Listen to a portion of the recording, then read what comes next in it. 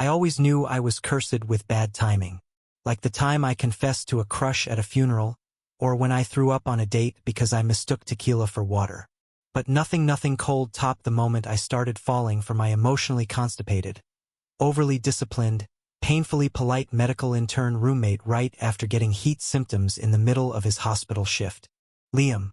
That's me. 23, Omega, nursing student, and currently 5 hours into my third shift at St. Augustine Memorial. I'd moved from Ohio to New York, thinking I'd escape the suffocating judgment of small-town expectations. Little did I know, the city had its own brand of suffocating tall, beta, half Korean, half unreadable, and named Dr. Ezra Min. We met by accident, or fate. I was late for my dorm assignment, and due to some error, ended up rooming with Ezra, a final-year intern barely tolerating anyone breathing too loudly. For 6 months, we shared the same air, the same fridge, and unfortunately the same shower schedule. 6 months of awkward silences, midnight ramen, and him occasionally passing me tissues when I cried at Grey's Anatomy. He never smiled, never touched, never lingered. So why the hell did my heart speed up? It was on a Wednesday. Wednesdays are cursed. I was standing at the nurse's station, clutching a clipboard, when the first heat wave hit. Not the weather kind, the Omega kind. The kind where your body betrays you and suddenly, everyone smells like sex and shame. Liam. Nurse Rosa frowned. You look pale. I mumbled something about water and ducked into the break room. My body was humming, throat dry, fingers trembling. I'd been on suppressants. I'd been careful. Then the door opened, and Ezra walked in. First, he didn't say anything. Just stared at me, his jaw tight, eyes stormy. He always looked unreadable, but that moment, his gaze burned. He shut the door behind him. Your suppressants wore off. I froze. How do you? I noticed 2 days ago. Your scent changed. You noticed, and didn't say anything? His jaw clenched. I figured you'd tell me. You figured wrong. The air was thick between us. I stepped back. He stepped forward. And just when I thought he'd leave like always, he did something unexpected. He reached out and tucked a strand of my hair behind my ear. You should lie down, he murmured. I'll cover your shift. You're not upset. Ezra's mouth twitched. It almost looked like a smile if you squinted hard enough. I'm not made of stone, Liam. Just trained to act like it. And just like that, he left me reeling. After that day, but I told myself it was friendly. Roommate friendly. Professional friendly. Even when he looked at me like I hung the moon. Even when I caught him staring as I walked out of the shower with a towel wrapped around my hips. I told myself he's a beta. I'm an omega.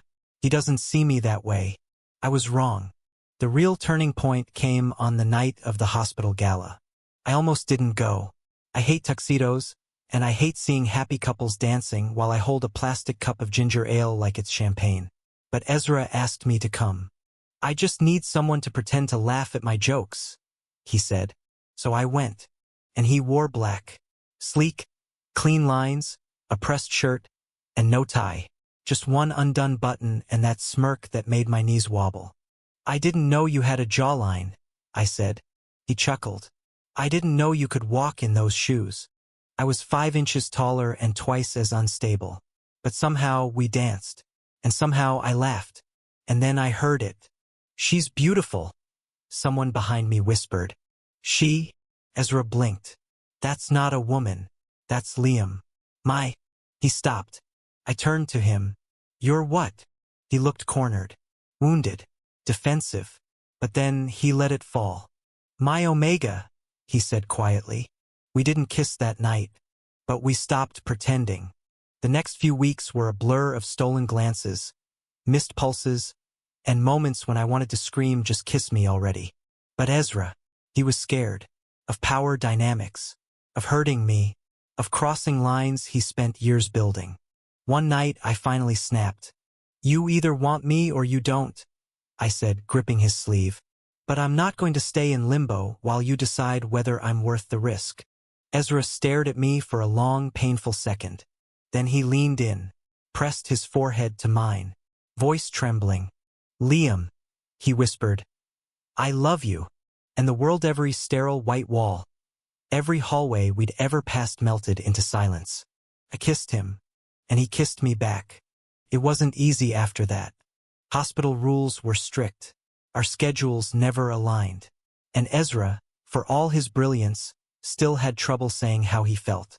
But he showed me, with his hands brushing mine when no one watched, with notes in my lunchbox, with his arms around me at 3 a.m. after a 14-hour shift. One night, I asked, "Why did you wait so long?" He looked at me like I was the most frustrating thing on earth.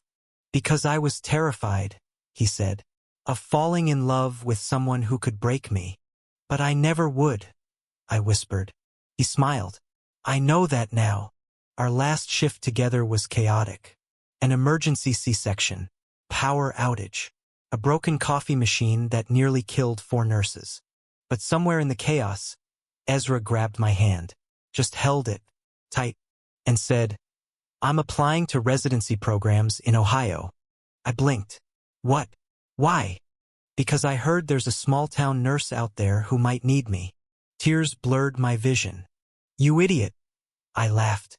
"I left Ohio for a reason." He smiled. "Then I guess I'll follow you wherever you go." So here we are. New apartment, 2 cats, still too much ramen, still too many 3 a.m. shifts. But every night, Ezra holds me like I'm the only thing that matters. And I know, without a doubt, I was never just a roommate to him. I was always the reason he stayed. Love doesn't always knock loudly. Sometimes, it waits in silence, in cold rooms, in soft glances. And when it finally speaks, just one seat changes everything. Thank you for listening.